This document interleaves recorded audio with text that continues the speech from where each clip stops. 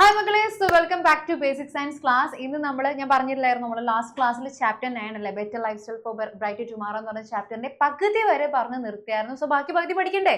ബാക്കി പകുതി കൂടി പഠിച്ചാൽ നമുക്ക് എക്സാമിന് പ്രോപ്പർ ആയിട്ട് എഴുതാൻ പറ്റുള്ളൂ. സോ നമുക്ക് ബാക്കി പകുതി ഇന്നത്തെ ക്ലാസ്സിൽ ഡിസ്കസ് ചെയ്യാം. ഡയബറ്റീസ് മുതലാണ് നമ്മൾ ഇന്ന് ഡിസ്കസ് ചെയ്യാൻ പോകുന്നത്. കഴിഞ്ഞ ക്ലാസ് നമ്മൾ സ്ലീപ്പിന്റെ ഇമ്പോർട്ടൻസ് വരെയായിരുന്നു പഠിച്ചു നിർത്തിയത്. സോ ഇത് നമുക്ക് ബാക്കി പഠിക്കാം. സോ എല്ലാവരും വേഗം തന്നെ മെറ്റീരിയൽ ചാപ്റ്റർ എടുത്ത് വെക്കുക, ഡയബറ്റീസ് എടുത്ത് വെക്കുക, എന്നിട്ട് പറയുന്ന ഇമ്പോർട്ടന്റ് ടോപ്പിക്സ് ഒക്കെ അപ്പം തന്നെ എഴുതി പോവാം. സോ എല്ലാവരും ഉഷാറാണ്, റെഡി ആണെങ്കിൽ ഒരു ഫയർ ഇമോജി ഒക്കെ അയച്ച് വേഗം ഒന്ന് സെറ്റ് ആയേ. യെസ്, ഞാൻ റെഡിയാണ്. സോ നമുക്ക് വേഗം സ്റ്റാർട്ട് ചെയ്യാം. ഡയബറ്റീസിൽ തുടങ്ങി സ്റ്റാർട്ട് ചെയ്യാം. Okay, yes. എവിടെ എവിടെ എവിടെ എവിടെ യെസ്, ഓക്കെ. ഡയബറ്റീസ്. അപ്പൊ എന്താണ് ഡയബറ്റീസ്? അത് ആദ്യം നോക്കാം. The normal level of glucose in 100 milliliter of blood is 70 to 100 milligram. Diabetes is a condition in which blood sugar level rises highly. അതായത് നമ്മുടെ ബ്ലഡിൽ നോർമലി വേണ്ട ഗ്ലൂക്കോസിന്റെ അളവ് എന്ന് പറയുന്നത് 70 തൊട്ട് 100 mg വരെയാണ്. പക്ഷേ ചില സാഹചര്യങ്ങൾ കാരണം ബ്ലഡിലുള്ള ഗ്ലൂക്കോസിന്റെ അല്ലെങ്കിൽ ഷുഗറിന്റെ അളവ് കൂടുന്നു. അതാണ് ഡയബറ്റീസ് അല്ലെങ്കിൽ പ്രമേഹത്തിന് കാരണമാകുന്നത്. 100 മില്ലിലിറ്റർ രക്തത്തിലെ പഞ്ചസാരയുടെ സാധാരണ അളവ് എന്ന് പറയുന്നത് 70 തൊട്ട് 100 മില്ലിഗ്രാം ആണ്.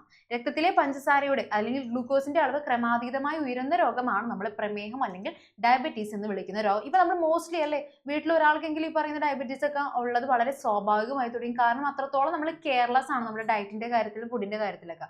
അതുകൊണ്ടാണ് സാധാരണ പോലെ ആയി പോയത് ഈ ഡയബറ്റീസ് എന്ന് പറയുന്ന രോഗമൊക്കെ. പക്ഷെ അത് ശരിക്കും സാധാരണ പോലെ ഒരു നമ്മൾ കണക്കാക്കേണ്ട ഒരു രോഗമല്ല. നന്നായിട്ട് കെയർ കൊടുക്കേണ്ട ഒരു രോഗം തന്നെയാണ് ഈ ഷുഗർ എന്ന് പറയുന്നത് കേട്ടോ. ഓക്കെ, അപ്പൊ എന്താണ് ഡയബറ്റീസ് എന്നുള്ളത് ആദ്യം തന്നെ പഠിക്കണം. ആൻഡ് ഇതിന്റെ സിംറ്റംസ് എന്തൊക്കെയാണ് ഇതിന്റെ ലക്ഷണങ്ങൾ നോക്കാം. ഹൈ അപ്പറ്റൈറ്റ്, അമിത വിശപ്പ്, എപ്പോഴും നല്ല വിശപ്പായിരിക്കുള്ളൂ. ഓക്കെ, പിന്നെ എന്താണ് ഫ്രീക്വന്റ് യൂറിനേഷൻ, അമിതമായി മൂത്രം ഒഴിക്കൽ. ഇടയ്ക്കിടയ്ക്ക് നമുക്ക് യൂറിനേഷൻ ആ ഒരു ടെൻഡൻസി ഇങ്ങനെ വന്നുകൊണ്ടിരിക്കും. ഓക്കെ, എന്തെങ്കിലും ഒരു ഇടയിൽ നിൽക്കുമ്പോൾ നമുക്ക് ആ ഒരു ടെൻഡൻസി വന്നുകൊണ്ടിരിക്കും. Then delay in healing of wound, മുറിവൊക്കെ ഉണങ്ങാനായിട്ട് താമസമുണ്ട്. നമ്മൾ മുറിവ് ഉണക്കാനായിട്ട് ഹെൽപ്പ് ചെയ്യുന്നത് രക്തം കട്ടുപിടിക്കാൻ ഹെൽപ്പ് ചെയ്യുന്ന വിറ്റമിൻ ഏതാണ്? വിറ്റമിൻ കെ അല്ല. അതിൻ്റെയൊക്കെ ഒരു ഡെഫിഷ്യൻസിയിൽ കാണാൻ പറ്റുന്നുണ്ട്. അപ്പോൾ മുറിവ് ഉണങ്ങാനായിട്ട് താമസം ഉണ്ടാകും. ദെൻ എക്സ്ട്രീം തേഴ്സ്റ്റ്, അതിയായ ദാഹം, ഭയങ്കര ദാഹം ഒരിക്കലും. എപ്പോഴും വെള്ളം കുടിച്ചുകൊണ്ടിരിക്കാൻ തോന്നും. വെള്ളം കുടിക്കുന്നതിനനുസരിച്ച് എപ്പോഴും നമുക്കിങ്ങനെ യൂറിനേഷനുള്ള ടെൻഡൻസി വന്നു. ദെൻ ഫറ്റീഗ്, തളർച്ച. ഓക്കെ, അപ്പോൾ എന്തൊക്കെയാണ് ഡയബറ്റീസിന്റെ സിംറ്റംസ് ഉള്ളത്? ഒരു 3 സിംറ്റംസ് എങ്കിലും പഠിച്ചിട്ടുണ്ടാവണം. എന്തൊക്കെയാണ്? ഭയങ്കര വിശപ്പായിരിക്കും, അപ്പറ്റൈറ്റ് വളരെ ഹൈ ആയിരിക്കുള്ളൂ. ദെൻ യൂറിനേഷനുള്ള ആ ഒരു ടെൻഡൻസി, അതുപോലെ വെള്ളം കുടിക്കാൻ തേഴ്സ്റ്റ്, ദെൻ അതുപോലെ മുറിവ് ഉണങ്ങാനുള്ള ആ ഒരു ബുദ്ധിമുട്ട്, ഫറ്റീഗ് ഒക്കെയാണ് മെയിൻ ആയിട്ടുള്ള ഇതിന്റെ സിംറ്റംസ് അല്ലെങ്കിൽ ലക്ഷണങ്ങൾ വരുന്നത്. ഓക്കെ, ദെൻ എന്താണ് ഇൻസുലിൻ? ഇതിനെന്താണ് ഇമ്പോർട്ടൻസ് ഉള്ളത്? ഇൻസുലിനും അതുപോലെ ഡയബറ്റീസും തമ്മിലുള്ള ബന്ധം എന്താണെന്ന് നോക്കാം. The level of glucose in the body is controlled by the hormone called insulin produced by the pancreas.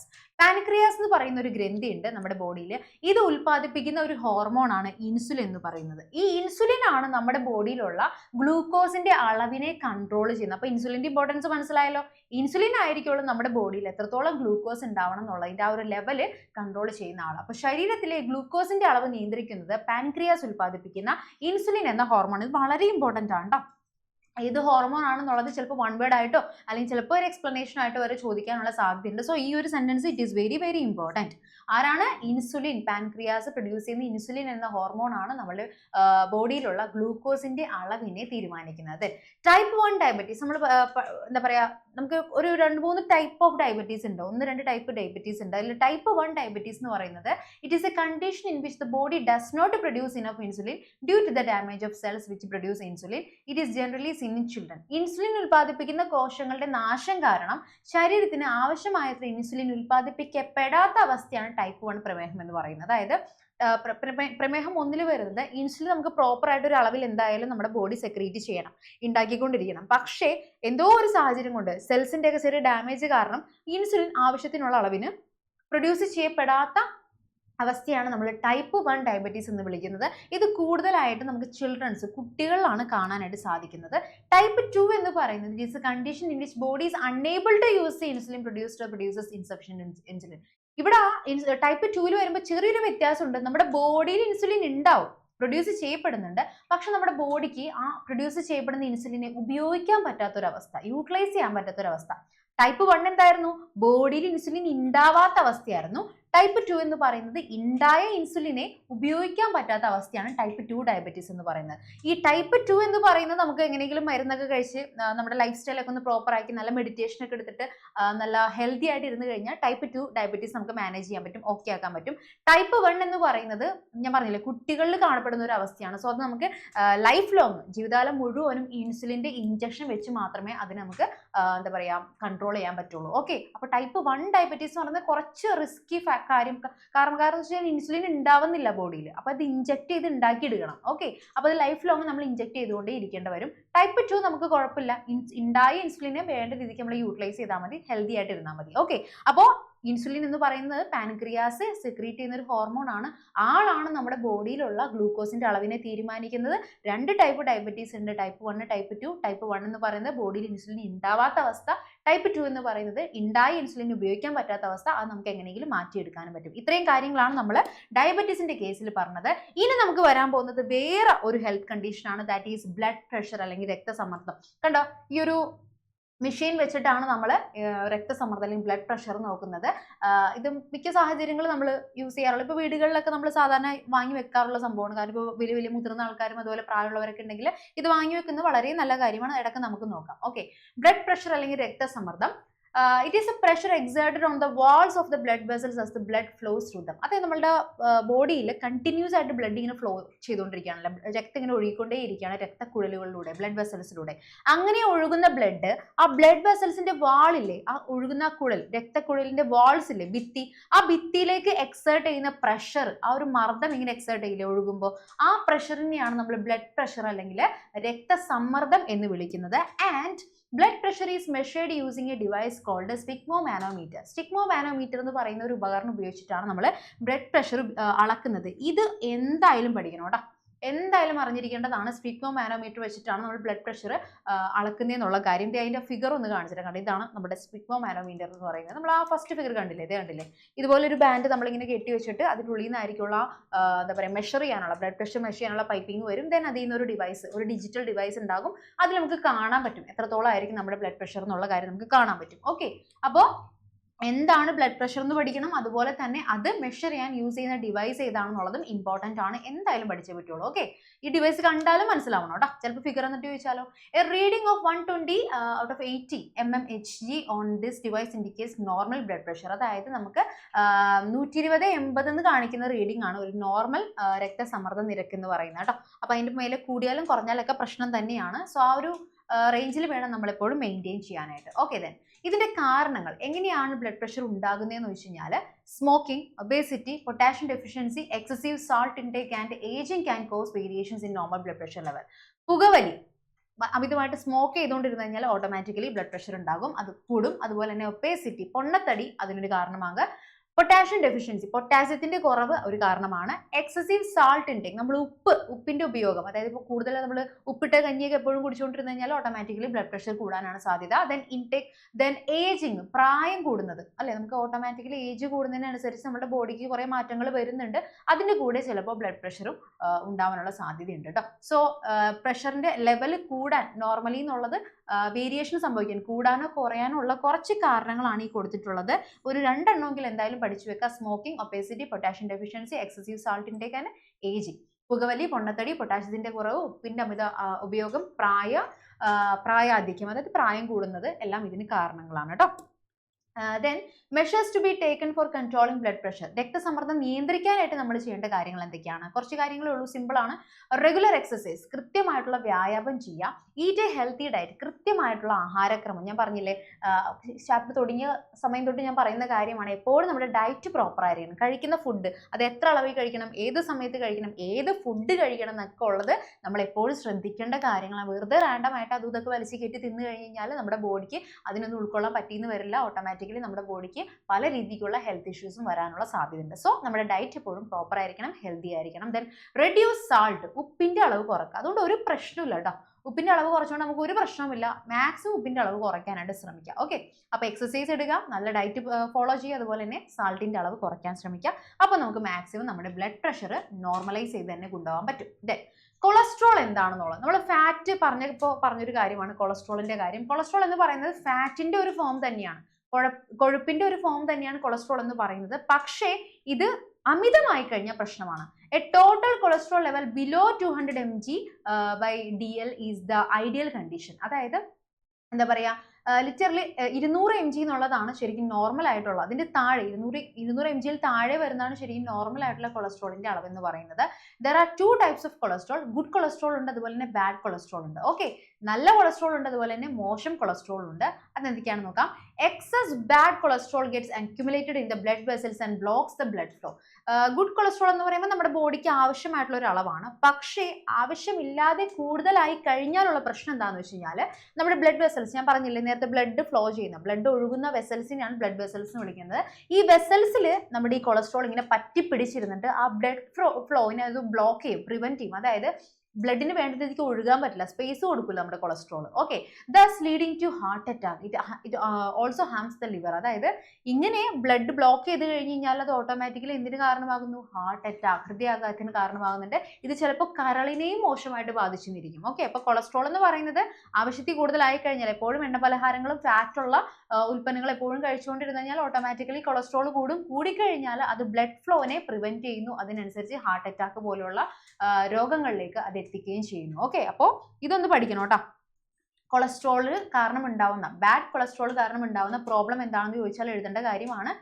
ഈ പറഞ്ഞ പോലെ ബ്ലഡ് വെസൽസിൽ പറ്റിപ്പിടിച്ചിരുന്നിട്ട് ബ്ലഡ് ഫ്ലോനെ ബ്ലോക്ക് ചെയ്യുന്നുള്ള കാര്യം. ഓക്കെ, ഹാർട്ട് അറ്റാക്കിന് കാരണമാകുന്നുള്ള കാര്യം. Okay, then as good cholesterol increases the chances of heart attack decreases. Good cholesterol ആണ് കൂടുന്നതെന്നുണ്ടെങ്കിൽ heart അറ്റാക്കിനുള്ള chance കുറയാണ് ചെയ്യുന്നത്. Good cholesterol increases in the body while doing exercise. നമ്മൾ exercise ചെയ്ത് കഴിഞ്ഞാൽ, വ്യായാമം ചെയ്ത് കഴിഞ്ഞാൽ ഈ നല്ല കൊളസ്ട്രോൾ ആയിരിക്കും കൂടുന്നത്. Okay, similarly fish like sardine and mackerel, food items like leafy vegetables, pulses, groundnut, walnut etc. helps in raising the level of good cholesterol. അതുപോലെ മത്തി, അയല, ഇലക്കറികൾ, പയർവർഗ്ഗങ്ങൾ, നിലക്കടല, വാൽനട്ട് തുടങ്ങിയ ആഹാര പദാർത്ഥങ്ങളും നല്ല കൊളസ്ട്രോൾ കൂടാൻ സഹായിക്കുന്നു. അപ്പോൾ എക്സസൈസും ചെയ്യാം, ഇതുപോലുള്ള ഫുഡ് ഐറ്റംസും കഴിച്ചു കഴിഞ്ഞാൽ നമ്മുടെ ബോഡിയിൽ ഉണ്ടാവുന്നത് നല്ല കൊളസ്ട്രോൾ ആയിരിക്കും, ബാഡ് കൊളസ്ട്രോൾ ആയിരിക്കില്ല. പക്ഷെ നേരെ തിരിച്ച് നമ്മൾ മോശം ഫുഡ് ഐറ്റംസ് കഴിച്ചു കഴിഞ്ഞാൽ അത് എന്തായാലും എന്തിന് കാരണമാകുന്നു? ബാഡ് കൊളസ്ട്രോൾ കൂടാനായിരിക്കും കാരണമാകുന്നത്. ഓക്കെ, അപ്പോൾ ഗുഡ് കൊളസ്ട്രോളും ബാഡ് കൊളസ്ട്രോളും തമ്മിലുള്ള വ്യത്യാസം എന്ന് അറിഞ്ഞിരിക്കുക. ബാഡ് കൊളസ്ട്രോൾ കൂടിയാലുള്ള പ്രശ്നം എന്താണെന്നുള്ളത് ഈ ഒരു പാരഗ്രാഫും പഠിച്ചു വെക്കാം കേട്ടോ. Then what are the health problems that may arise from excessive consumption of fatty food. കൊഴുപ്പടങ്ങിയ ആഹാര വസ്തുക്കൾ അധികമായി ഉപയോഗിച്ചാൽ ഉണ്ടാകാനിടയുള്ള ആരോഗ്യ പ്രശ്നങ്ങൾ എന്തൊക്കെയാണ്? ഞാൻ പറഞ്ഞല്ലോ, ഫാറ്റി ഫുഡ് അല്ലെങ്കിൽ കൊഴുപ്പുള്ളത് കൂടുതൽ കഴിച്ചു കഴിഞ്ഞാൽ എന്തായാലും പ്രശ്നമാണ്. അതുകൊണ്ടുള്ള പ്രശ്നം എന്തൊക്കെയാണ്? Obesity causes acne, increase the rate of heart diseases and stroke, increase the risk of diabetes, cause cholesterol. അമിതവണ്ണം, മുഖക്കുരു ഒക്കെ നല്ല നമുക്ക് എന്താ പറയുക, ഒട്ടും അഫോർഡ് ചെയ്യാൻ പറ്റാത്ത കാര്യങ്ങളാണ്. അമിതവണ്ണം, മുഖക്കുരു, ഹൃദയാഘാതത്തിന് കാരണമാകുന്നു, പ്രമേഹത്തിന് കാരണമാകുന്നു, കൊളസ്ട്രോൾ ഉണ്ടാകുന്നു. കണ്ട എന്തൊക്കെ ബുദ്ധിമുട്ടുകളാണ്. പക്ഷെ നമ്മളെ ഏറ്റവും കൂടുതൽ ഇഷ്ടപ്പെടുന്ന ഈ പോലെ ഫാറ്റി ഫുഡുകൾ നമുക്ക് കൂടുതൽ ഇഷ്ടം. പക്ഷേ അതുകൊണ്ട് ഒരുപാട് സൈഡ് എഫക്ട്സ് ഉണ്ട്. ഈ പറഞ്ഞ പോലെ നമുക്ക് വിസിബിൾ ആയിട്ടുള്ള സൈഡ് എഫക്ട്സ് ഉണ്ട്, അതുപോലെ തന്നെ ബോഡിക്ക് അകത്തുള്ള സൈഡ് എഫക്ട്സ് ഉണ്ട്. അപ്പോൾ ഇതെല്ലാം പരിഹരിക്കണം എന്നുണ്ടെങ്കിൽ ഫാറ്റി ഫുഡ്സിന്റെ കൺസപ്ഷൻ മാക്സിമം കുറയ്ക്കാനായിട്ട് ശ്രമിക്കുക. നേരത്തെ പറഞ്ഞ പോലെ വെജിറ്റബിൾസ്, ഫ്രൂട്ട്സ് ഒക്കെ കഴിച്ചു കഴിഞ്ഞാൽ നമുക്ക് മാക്സിമം നമ്മുടെ ബോഡി ഹെൽത്തി ആയിട്ടിരിക്കും. Okay, then what are the ways to increase the level of good cholesterol. നല്ല കൊളസ്ട്രോൾ വർദ്ധിപ്പിക്കാനുള്ള മാർഗ്ഗങ്ങൾ എന്തൊക്കെയാണ്? നേരത്തെ പറഞ്ഞ പോലെ റെഗുലർ ആയിട്ടുള്ള എക്സസൈസ് എടുക്കുക, pulses, sardine, walnut, leafy vegetables ഒക്കെ മാക്സിമം നമ്മുടെ ഫുഡിൽ ഇൻക്ലൂഡ് ചെയ്യുക. നമ്മൾ പറഞ്ഞ കാര്യം തന്നെയാണ്. ദെൻ ഇനി നമ്മൾ പഠിക്കാൻ പോകുന്നതാണ് ലൈഫ് സ്റ്റൈൽ ഡിസീസസ്. ഓക്കെ, എന്താണ് ലൈഫ് സ്റ്റൈൽ? ജീവിതശൈലി രോഗങ്ങൾ എന്താണെന്ന് നോക്കാം.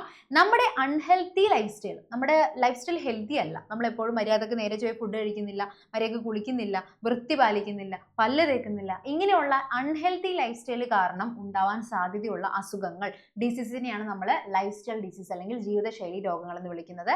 This is mainly due to unhealthy food habit, lack of exercise, inadequate sleep, smoking, alcoholism, stress etcetera. ഇതിന്റെ മെയിൻ റീസൺസ് എന്ന് പറയുന്നത് നമ്മുടെ ഫുഡ് ഹാബിറ്റ് മോശമാണെങ്കിൽ, നമ്മൾ എപ്പോഴും എല്ലാ ദിവസവും മന്തി മാത്രമേ കഴിക്കുന്നുള്ളൂ, നമ്മുടെ ഫുഡ് ഹാബിറ്റ് മോശമാണ്. ഓക്കെ, അത് എന്തിന് കാരണമാകും? ജീവിതശൈലി രോഗത്തിന് കാരണമാകും. ലാക്ക് ഓഫ് എക്സസൈസ്, പ്രോപ്പർ ആയിട്ട് നമ്മൾ എക്സസൈസ് ചെയ്യുന്നില്ല. ഇൻഅഡ്യൂക്കേറ്റ് സ്ലീപ്പ്, മര്യാദക്ക് നമ്മൾ ഉറങ്ങുന്നില്ല. സ്മോക്കിംഗ്, പുകവലിക്കുന്നു. ആൽക്കഹോളിസം, നമ്മൾ എന്താ പറയുക, മദ്യപാനം, അതുപോലെ തന്നെ സ്ട്രെസ് അല്ലെ, ഭയങ്കരമായിട്ട് മാനസിക സമ്മർദ്ദം, ഇതെല്ലാം നമ്മുടെ ലൈഫ് സ്റ്റൈൽ ഡിസീസിന് കാരണമാകുന്നുണ്ട്. ഓക്കെ, ഇതിൽ ഏതെങ്കിലും ഒന്നെങ്കിലും നമ്മുടെ ലൈഫിൽ നടക്കുന്ന കാര്യമാണ് അല്ലേ. നമുക്ക് എല്ലാം കൊണ്ട് നമുക്ക് പെർഫെക്റ്റ് ആയിട്ട് ഇരിക്കാൻ പറ്റില്ല. പക്ഷെ എന്നാലും മാക്സിമം നമ്മൾ എന്ത് ചെയ്യുക? ഹെൽത്തി ആയിട്ട് ഇരിക്കാൻ ശ്രമിക്കുക. അപ്പോൾ നമുക്ക് മാക്സിമം ലൈഫ് സ്റ്റൈൽ ഡിസീസ് ഒന്നും വരാതിരിക്കും. എന്തൊക്കെയാണ്? Cancer, heart diseases, liver cirrhosis, obesity, type 2 diabetes, depression, hypertension etcetera are examples of lifestyle diseases.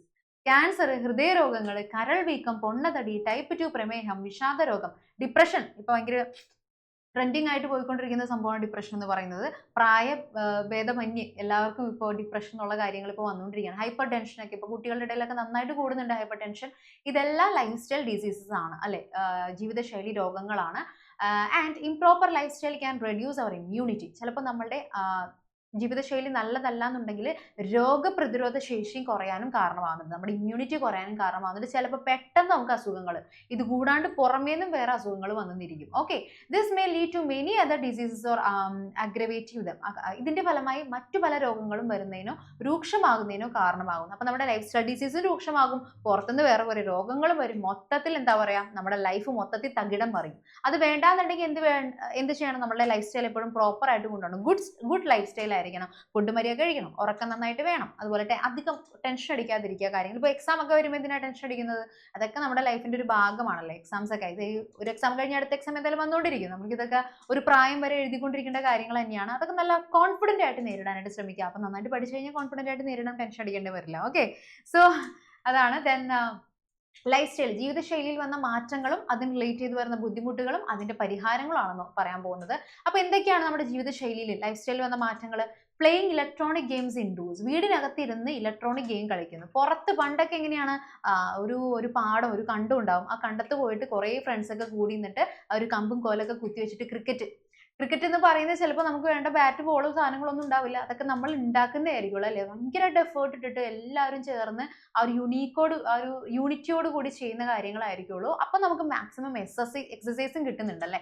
പക്ഷെ ഇപ്പൊ എങ്ങനെയാണ്? ഇൻഡോർ ഗെയിംസ് ആണല്ലേ. എല്ലാവരും വീട്ടിലൊരു PC, മറ്റേ എന്താ പറയാ, F1 F2 മറ്റേ ഫോർമുല സംഭവങ്ങളും കാര്യങ്ങളൊക്കെ ആയിരിക്കുള്ളൂ. ഇൻഡോർ ഗെയിംസ് ആണ് കൂടുതലും. ഇലക്ട്രോണിക് ഡിവൈസസ് വെച്ചിട്ടുള്ള ഗെയിംസ് ഒക്കെയാണ് നമ്മൾ കൂടുതലും കുട്ടികൾ ഇപ്പോൾ എൻഗേജ്ഡ് ആയിട്ടുള്ളത്. ഇതുകൊണ്ടുണ്ടാകുന്ന പ്രശ്നങ്ങൾ എന്തൊക്കെയാണ്? Vision problems. എപ്പോഴും നമ്മുടെ സ്ക്രീൻ ടൈം കൂടുന്നതുകൊണ്ട് തന്നെ എപ്പോഴും നമുക്ക് വിഷൻ പ്രോബ്ലംസ്, കാഴ്ച സംബന്ധമായിട്ടുള്ള പ്രശ്നങ്ങൾ ഉണ്ടാവാം. Pain in neck and back muscles, കഴുത്തിലെയും മുതുകിലെയും പേശികൾക്ക് വേദന. എപ്പോഴും ഇങ്ങനെ കുനിഞ്ഞൊക്കെ ചിലപ്പോൾ ആ ഒരു ഗെയിമിങ്ങിന്റെ സംഭവമൊക്കെ പിടിച്ചിങ്ങനെ എപ്പോഴും കുനിഞ്ഞൊക്കെ ഇരിക്കുകയായിരിക്കും. അപ്പോൾ ഈ കഴുത്തിന്റെ അവിടെയും ഷോൾഡറിന്റെ അവിടെയൊക്കെ നല്ല വേദന ഉണ്ടാവും. ദെൻ ഒബേസിറ്റി, അങ്ങനെ തന്നെ ഇരുന്ന് ചിലപ്പോൾ വണ്ണം നന്നായിട്ട് കൂടാനുള്ള സാധ്യതയുണ്ട്. പൊണ്ണത്തടി കൂടാൻ ചിലപ്പോൾ അതിന്റെ കൂടെ നമ്മൾ വല്ല സ്നാക്സും കഴിക്കുന്നുണ്ടാവും, എണ്ണ പലഹാരങ്ങളും കഴിക്കുന്നുണ്ടാവും. അപ്പോൾ അതും ഒരു കാരണമാണ്. ദെൻ റെമഡീസ്, ഇതിന് എന്തൊക്കെ പരിഹാരം ചെയ്യാൻ പറ്റും? മാക്സിമം നമ്മൾ എന്ത് ചെയ്യുക, ആ സ്ക്രീൻ സ്പേസ് കൺട്രോൾ ചെയ്യുക. ഇതുപോലുള്ള സ്ക്രീനിലേക്ക് നോക്കിയിരിക്കുന്ന ആ ഒരു കാര്യങ്ങളൊക്കെ ഒന്ന് അവോയ്ഡ് ചെയ്ത് കഴിഞ്ഞാൽ നമുക്ക് മാക്സിമം ഇതിൻ്റെ ഒരു പരിഹാരം കാണാം. ഇൻവോൾവ് ഇൻ ഔട്ട്ഡോഴ്സ്, പുറത്ത് പോയിട്ടൊക്കെ മാക്സിമം എൻഗേജ്ഡ് ആയിട്ടിരിക്കുക. പുറത്തിപ്പോൾ ഞാൻ പറഞ്ഞില്ലേ, എന്തെങ്കിലും ഗ്രൗണ്ട് ഒക്കെ ഉണ്ടെങ്കിൽ, അല്ലെങ്കിൽ വേണ്ട ഇപ്പോൾ നമുക്ക് ടർഫൊക്കെ ഉണ്ടല്ലോ, ടർഫിലൊക്കെ പോയിട്ട് ഒരു 1-2 ഗെയിംസ് ഒക്കെ കളിച്ച് വരുമ്പോഴേക്കും നമ്മുടെ ബോഡിയൊക്കെ ഒന്ന് സെറ്റ് ആയിട്ടുണ്ടാവും. Then promote healthy eating habits, ശരിയായിട്ടുള്ള ആഹാരക്രമം പാലിച്ചു വേണം നമ്മൾ എപ്പോഴും ഇരിക്കാനായിട്ട്. നേരത്തെ പറഞ്ഞ പോലെ എന്താ പറയുക, നമ്മുടെ ഫുഡ് ഡയറ്റ് എപ്പോഴും പ്രോപ്പർ ആക്കി വെക്കാം. ഓക്കെ, ദെൻ നമ്മുടെ ലൈഫ് സ്റ്റൈലിൽ വന്ന വേറൊരു മാറ്റമാണ് ടുബാക്കോ ആൻഡ് ആൽക്കഹോൾ യൂസ്. പുകയില, മദ്യം പോലുള്ള ലഹരികളുടെ ഉപയോഗം നമ്മുടെ ലൈഫ് സ്റ്റൈലിൽ വരുന്ന ഒരു മാറ്റമാണ് അല്ലേ. പ്രോപ്പർ ആയിട്ടുള്ള ലൈഫ് സ്റ്റൈൽ ആണോ അത്? അല്ല, അതൊരിക്കലും നല്ലൊരു കാര്യമല്ല. അത് കാരണം ഉണ്ടാകുന്ന പ്രശ്നങ്ങൾ എന്തൊക്കെയാണ്? ലിവർ ഡിസീസസ്, കരൾ രോഗങ്ങൾ ഉണ്ടാവും, കാർഡിയോവസ്കുലർ ഡിസീസസ്, ഹൃദയ സംബന്ധമായിട്ടുള്ള രോഗങ്ങൾ, ക്യാൻസർ അല്ലെ. എപ്പോഴും പരസ്യങ്ങളിലൊക്കെ കാണുന്നതാണ് ക്യാൻസർ. ഈ പറഞ്ഞ പോലെ ലഹരി ഉപയോഗിച്ചിട്ട് ക്യാൻസർ വരുന്നതിന്റെ കുറേ പരസ്യങ്ങളൊക്കെ കാണുന്നതാണ്. എന്നാലും എന്താണ്, കുറേ പേര് അതൊന്നും കണ്ട് മനസ്സിലാക്കാതെ വീണ്ടും അതിലേക്ക് തന്നെ തിരിഞ്ഞു പോകുന്നു അല്ലെ. അപ്പോൾ ഇതെല്ലാം അത് കാരണം ഉണ്ടാകുന്ന അസുഖങ്ങളാണ്. അതുകൊണ്ടുള്ള റെമഡീസ്, അത് നമുക്ക് എങ്ങനെയൊക്കെ നമുക്ക് അതിനെ പ്രതിരോധിക്കാൻ പറ്റും? To control tobacco uses, implement policies to limit alcohol availability and promote responsibility drinking. അതായത് പുകയില ഉൽപ്പന്നങ്ങളുടെ ലഭ്യത കുറക്കാം. മാക്സിമം ഇതെല്ലാം വിൽക്കാതിരിക്കുന്നതാണ് ഏറ്റവും ബെസ്റ്റ് ഓപ്ഷൻ. വിറ്റാൽ പോലും മാനിക്കാതിരിക്കുക. മദ്യം കുടിക്കരുത്, കഴിക്കരുത്, വിൽക്കരുത് എന്നൊക്കെയുള്ളൊരു ഇതൊക്കെ ഉണ്ട്. സോ അതുപോലെ നമ്മളും അത് ഫോളോ ചെയ്ത് കഴിഞ്ഞാൽ നമ്മൾക്ക് അതിൽ നിന്ന് മാക്സിമം മോചനം ലഭിക്കും. ദെൻ ലൈഫ് സ്റ്റൈലുണ്ടായ മറ്റൊരു മാറ്റമാണ് സ്ട്രെസ് ആൻഡ് മെന്റൽ ഹെൽത്ത്, മാനസിക പിരിമുറുക്കം. എപ്പോഴും നമ്മളൊരു സ്ട്രെസ്ഫുൾ ആയിട്ടുള്ളത്, അയ്യോ എക്സാം വരുന്നു, അല്ലെങ്കിൽ എന്താ പറയുക, വർക്ക് ഉണ്ട്, അങ്ങനെ കുറേ സ്ട്രെസ്ഫുൾ ആയിട്ടുള്ള കാര്യങ്ങളിലൂടെ കടന്നു പോകുന്നു. ഇതുകൊണ്ടുള്ള ഹെൽത്ത് പ്രശ്നം എന്താണെന്ന് വെച്ച് കഴിഞ്ഞാൽ ഡിപ്രഷനും ആൻസൈറ്റി, മാനസിക തളർച്ചയും ആകാംക്ഷ, എപ്പോഴും ആൻസൈറ്റി, പാനിക് അറ്റാക്സ്. ഇപ്പോൾ ഇന്നത്തെ കാലത്ത് ഏറ്റവും കൂടുതൽ കേൾക്കുന്ന ഒരു കാര്യമാണ് പാനിക് അറ്റാക്സ് എന്ന് പറയുന്നത്. അതും ചെറിയ ചെറിയ കാര്യങ്ങൾക്കായിരിക്കും ഈ പാനിക് അറ്റാക്സ് വരുന്നത്. പക്ഷെ അതൊട്ടും നമ്മുടെ ഹെൽത്തിന് നല്ല കാര്യമല്ല. നമ്മുടെ എന്താ പറയുക, ലൈഫ് സ്പാൻ തന്നെ കുറയാനുള്ള ഒരു കാരണമാണ്. സോ ഡിപ്രഷനും ആൻസൈറ്റിയൊക്കെ വരാതിരിക്കാൻ നമ്മൾ എന്ത് വേണം? മാക്സിമം സ്ട്രെസ് എടുക്കാതിരിക്കാം. നമ്മൾ എഫേർട്ട് കൂടുന്നതിനനുസരിച്ച് നമ്മുടെ സ്ട്രെസ് കുറയും. അപ്പോൾ എഫേർട്ട് കൂടുതൽ ഇട്ടാൽ മതി. ഓക്കെ, അതിൻ്റെ റെമഡീസ് എന്താണ്? Take meditation. ഇടയ്ക്കൊക്കെ ഒരു മെഡിറ്റേഷൻ എടുക്കുക, ഇടയ്ക്കൊക്കെ ഒരു തെറാപ്പി. അതൊക്കെ നല്ല കാര്യമാണ്. നമ്മുടെ മൈൻഡ് ക്ലീൻ ആക്കാനുള്ള ഒരു കാര്യമാണ് തെറാപ്പി, മെഡിറ്റേഷൻ. അല്ലേ? ഓക്കെ, അതേപോലെയുള്ള കാര്യങ്ങളൊക്കെ ചെയ്ത് കഴിഞ്ഞാൽ നല്ലതായിരിക്കുള്ളൂ. Then promote stress reduction strategies. Yoga പോലുള്ള മാനസിക ഉല്ലാസം ലഭിക്കുന്ന കാര്യങ്ങളിലേക്ക് നമ്മൾ ഇൻവോൾവ് ആവുന്നത് വളരെ നല്ല കാര്യമായിരിക്കുള്ളൂ. ഓക്കെ, യോഗ എക്സസൈസ് ചെയ്യുന്നത് തന്നെ വളരെ നല്ല കാര്യമാണ്. ഓക്കെ, സോ ഇതെല്ലാമാണ് നമ്മുടെ ലൈഫ് സ്റ്റൈലിൽ ഉണ്ടായ മാറ്റങ്ങളും അതുകൊണ്ടുണ്ടാകുന്ന പ്രശ്നങ്ങളും അത് നമ്മൾ സ്വീകരിക്കാൻ പറ്റുന്ന റെമഡീസും പരിഹാരങ്ങളും. ഓക്കെ, ദെൻ അപ്പോൾ എന്തൊക്കെയാണ് ഹെൽത്തി ലൈഫ് സ്റ്റൈൽസ്, എന്തൊക്കെയാണ് നമ്മൾ എടുക്കേണ്ട നല്ല ലൈഫ് സ്റ്റൈൽ എന്തൊക്കെയാണ്? Let's reduce use soft drinks. അത് നമ്മൾ മാക്സിമം കുറക്കുന്നതാണ് നല്ലത്. സാധാരണ വെള്ളം കുടിക്കുക, തിളപ്പിച്ചാറ്റി വെള്ളം കുടിക്കുന്നതാണ് ഏറ്റവും ബെറ്റർ. പുറത്തുനിന്നുള്ള ആ ഒരു സോഫ്റ്റ് ഡ്രിങ്കും കാര്യങ്ങളൊന്നും കുടിക്കാതിരിക്കുക. നന്നായിട്ട് വെള്ളം കുടിക്കുക, ഡ്രിങ്ക് പ്ലെന്റി ഓഫ് വാട്ടർ, നന്നായിട്ട് വെള്ളം കുടിക്കുക. Then let's give up substance use, അതായത് സബ്സ്റ്റൻസ് ഉപയോഗം കുറക്കാം മാക്സിമം. ടുബാക്കോ, അതുപോലെ ടൊബാക്കോ പ്രൊഡക്റ്റുകളൊക്കെ മാക്സിമം കുറക്കുക. ദെൻ ബാലൻസ്ഡ് ആയിട്ടുള്ള ന്യൂട്രീഷൻ. എല്ലാം ഞാൻ പറഞ്ഞ പോലെ തന്നെ വല്ലപ്പോഴൊക്കെ ഒരു സദ്യ കഴിച്ചു കഴിഞ്ഞാൽ നമുക്ക് നമ്മുടെ ന്യൂട്രീഷൻസിന്റെ അളവൊക്കെ കറക്റ്റ് പ്രോപ്പറായിട്ട് നടക്കും. അതായത് മാക്സിമം ഡിഫറെൻറ്റ് ഇൻഗ്രീഡിയൻസ് ഒക്കെ ചേർത്ത് ഡിഫറെൻറ്റ് ഫുഡ് ഐറ്റംസ് വേണം എല്ലാ ദിവസവും കഴിക്കാനായിട്ട് ശ്രമിക്കാനായിട്ട്. ദെൻ ഫ്രൂട്ട്സും വെജിറ്റബിൾസ് ഒക്കെ മാക്സിമം കഴിക്കാം. ദെൻ എക്സസൈസ് ചെയ്യാം. നല്ല സ്ലീപ്പിംഗ് ഹാബിറ്റ്സ്, മാക്സിമം നല്ല രീതിക്ക് ഉറങ്ങാനായിട്ട് ശ്രമിക്കുക. Then let's promote activities and promote relaxation mental health. നമ്മുടെ മാനസിക ആരോഗ്യത്തെ പരിപോഷിപ്പിക്കുന്ന രീതിയിലുള്ള ആക്ടിവിറ്റീസ് ഒക്കെ എപ്പോഴും എൻഗേജ്ഡ് ആവാം. Then let's reduce use of fried food items. പൊരിച്ച സാധനങ്ങളൊക്കെ കഴിക്കാതിരിക്കുക. Then excess use of salt, എന്താണ്, നമ്മൾ അമിതമായിട്ട് ഉപ്പ് കഴിക്കാതിരിക്കുക. ഇതെല്ലാം നമ്മൾ പാലിച്ചു കഴിഞ്ഞാൽ നമ്മുടെ ലൈഫ് സ്റ്റൈൽ എന്തായി? പ്രോപ്പറായി, സെറ്റായി. ഓക്കെ, മാക്സിമം നമ്മൾ ബാഡ് ഹാബിറ്റ്സ് ഒന്നും ഇല്ലാതിരുന്നാൽ തന്നെ നമ്മുടെ ലൈഫ് സ്റ്റൈൽ സെറ്റാണ് കേട്ടോ. The health issues caused by smoking, alcoholism and substance use are more dreadful than the health problems caused by unhealthy lifestyle. ഇപ്പം നമ്മുടെ ഫുഡ് പ്രോപ്പർ അല്ല, എക്സസൈസ് പ്രോപ്പർ അല്ല, ഇതുകൊണ്ടൊക്കെ ഉണ്ടാവുന്ന പ്രശ്നങ്ങളെക്കാളും വലിയ പ്രശ്നങ്ങളാണ് നമ്മളുടെ സ്മോക്കിംഗ്, ആൽക്കഹോളിസം, സബ്സ്റ്റൻസ് യൂസ്, ഇത് കാരണമൊക്കെ ഉണ്ടാവുന്നത്. മയക്കുമരുന്ന്, പുകവലി, മദ്യപാനം, ഇതുകൊണ്ടുണ്ടാവുന്ന ഹെൽത്ത് ഇഷ്യൂസ് എന്ന് പറയുന്നത് നമ്മൾ ആദ്യം പറഞ്ഞ കേസിനേക്കാളും ഭയങ്കര കൊടൂരമായിട്ടുള്ളതായിരിക്കുള്ളൂ. Let's examine the physical, mental, social problems caused by this. ഇത് കാരണം ഉണ്ടാവുന്ന ഫിസിക്കൽ, മെന്റൽ, സോഷ്യൽ പ്രശ്നങ്ങൾ എന്തൊക്കെയാണ് നമുക്ക് നോക്കാം. കുറേ പ്രശ്നങ്ങളുണ്ട് അല്ലേ? ഫിസിക്കൽ പ്രശ്നങ്ങൾ എന്തൊക്കെയായിരിക്കും? Immunity of the body decreases. ശരീരത്തിന്റെ രോഗപ്രതിരോധ ശേഷി കുറയും.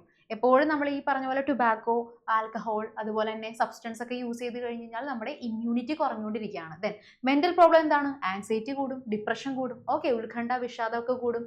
സോഷ്യൽ പ്രോബ്ലംസ് എന്തൊക്കെയാണ്? Keeps distance from friends and family members. നമുക്ക് നമ്മുടെ ഒരു ലോകത്തായി പോകും നമ്മൾ. ഫ്രണ്ട്സ്, ഫാമിലി ഇതിനോടൊന്നും താല്പര്യം തോന്നിയെന്ന് വരില്ല. ദെൻ ഫിസിക്കൽ പ്രോബ്ലംസിൽ അടുത്ത് വരുന്ന memory and analytical thinking decreases. നമ്മുടെ ഓർമ്മശക്തി, വിവേചന ശക്തി, ഇതെല്ലാം കുറയും. നമ്മൾ എവിടെ പോയിട്ട് എന്തൊക്കെ പെരുമാറുന്ന പോലും നമുക്ക് അറിയാൻ പറ്റില്ല.